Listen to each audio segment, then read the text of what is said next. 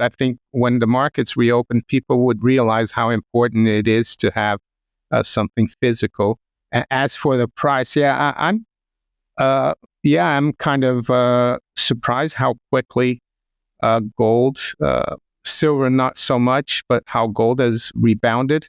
Some people think there might be another wave down for the gold price. That's possible. But what it shows is that the higher we go, or in the gold price, the more, exciting it's going to get. And that's why you shouldn't get excited and you shouldn't get despondent when you get ups and downs. Maybe try to buy a bit when you get these big move down, if you have some spare fiat currency. Gold's upward momentum encountered a brief setback following Donald Trump's re-election, which led to a significant surge in the US dollar hitting record highs. This temporary strength in the dollar placed pressure on commodity prices, including gold. However, the precious metal has shown remarkable resilience, and many analysts anticipate new record highs in 2025. Both Goldman Sachs and UBS have recently released optimistic forecasts for gold. Goldman Sachs reaffirmed its $3,000 per ounce target for 2025, pointing to sustained central bank purchases and a supportive interest rate environment as significant catalysts for future gains. UBS also shares a positive outlook, highlighting similar expectations for continued price appreciation next year. These bullish predictions underscore a growing consensus among experts that gold's rally is far from over.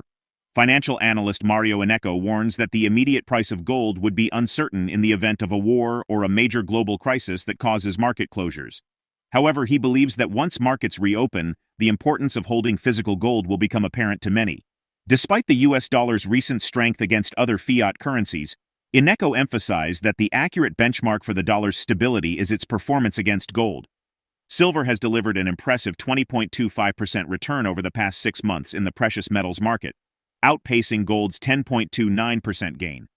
Despite recent fluctuations, the bullish trend that began in March 2020 remains strong. Analysts suggest it may not be long before silver surpasses its peak of just over $35, potentially setting the stage for new multi-year highs and a challenge to its 2011 levels. Innecco expressed his steadfast support for silver, despite its persistent undervaluation and the frustrations that come with it. He remains optimistic that silver will one day break free from the constraints of paper market manipulation, allowing its true value to be realized. Let's jump into the video for more details. If you like what you see, please thumbs up and subscribe to our channel to stay updated with our latest content.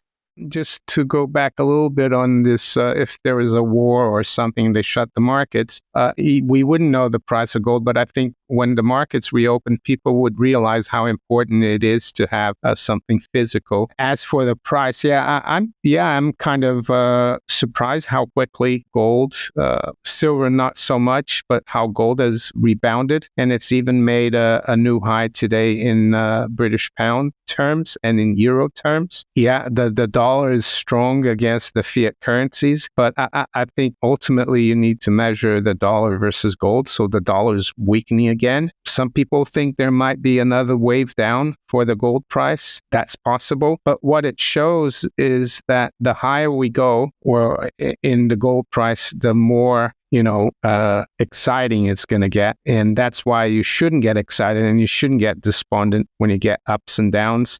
Maybe try to buy a bit when you get these big move down, if you have some spare fiat currency. I mean, I bought some gold a week or 10 days before the last move down, so I didn't really catch that correction. But now the price is higher than when I bought it, so you just have to do your best, because it's more about the long-term viability of your savings. And unless you're trading, of course, and that's a different game. You should just try to keep dollar cost averaging. Silver, that's rebounded today as well, but it's still way undervalued. I still like silver. It's frustrating though, but one day, hopefully, it will unshackle itself. And when you actually buy gold and you hold a coin or silver, you realize how precious it is that you want to hold it. But when it's just an entry on the computer, you can just click the sell button and get out. So that's another reason to hold physical.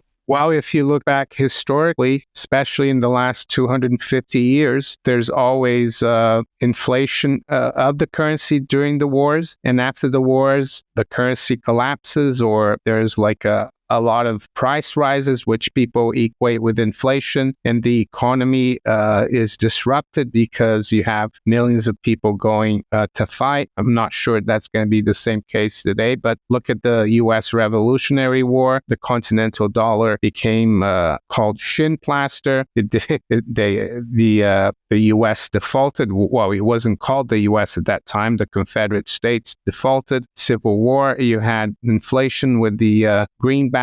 After World War I, you had a lot of inflation, not just in Europe and Germany, but also in the US and the UK. Same thing after World War II. And same thing after the pandemic, even though it wasn't a war, but the reaction to it from government and the central banks was as if it was a war. And we saw the consequence of it in the last few years, or we're still seeing it with the higher cost of living. So if we go really into a kinetic war, after that war is finished, it's going to be the same kind of consequence. And people are going to be worse off, unfortunately. That's how it always happens in history.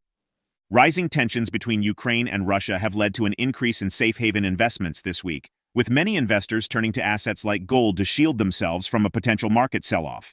The heightened threat of a nuclear intervention from Russia has driven a flight to safety, reflecting concerns over severe geopolitical risks. Conflicts and geopolitical tensions can create a range of disruptions, from cyber attacks and sabotage of critical infrastructure like undersea cables to the closure of financial markets. These disruptions can lead to volatility in currency values and heightened investor anxiety. Additionally, times of conflict often bring inflation and currency devaluation, driven by increased military expenditures and rising debt levels. These factors put further pressure on fiat currencies, making tangible assets like gold a more appealing choice for preserving wealth amid uncertainty. Innecco underscores the importance of preparing for these risks by holding physical assets, but also cautions that the precious metals markets in digital form could face challenges if the global financial system is severely impacted. Now, let's redirect our attention to a video. If you look at the last few years with the BRICS and also the fact that a lot of the global South countries have been buying a lot of gold, and that we've been hearing from Russia that they want to build a new monetary system outside the dollar system. And I think that's the U.S. doesn't want to give up the privilege of running the world's currency and payment system that easily. Even President Trump, who professes to be pro-peace, says that he's going to punish countries with 100% tariffs if they trade amongst themselves in their own currencies, which sounds a little bit strange, because if Indonesia and India want to trade in their own currencies, why should they trade in dollars? But that's the other thing. This faction, the banking faction, the financing faction. And I noticed as well recently that the BIS, they've abandoned this M-Bridge project because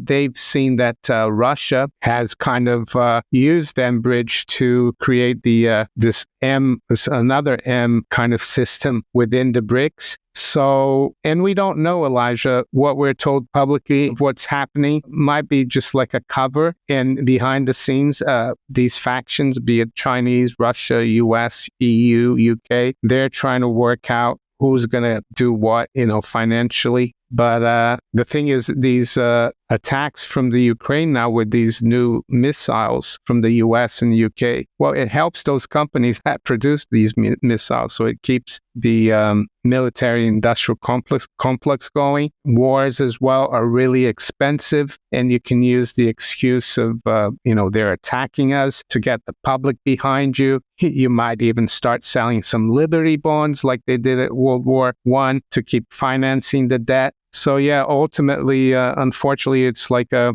all wars are about money and also the health of the state. I've said that before, that wars are the health of the state. And when the state is in trouble like it is now, like, and by state, I mean like the US, the UK, and the EU, when we have so much debt, the government is so big and people are waking up, war is a way to rally people behind the state. So it's not just a banker's war, but a statist war as well. It doesn't scare me, all this talk of war, because what can you do about it? And, that's the way I look at it. And a lot of it is to make you scared, to not live your life without fear. So that's how I see it.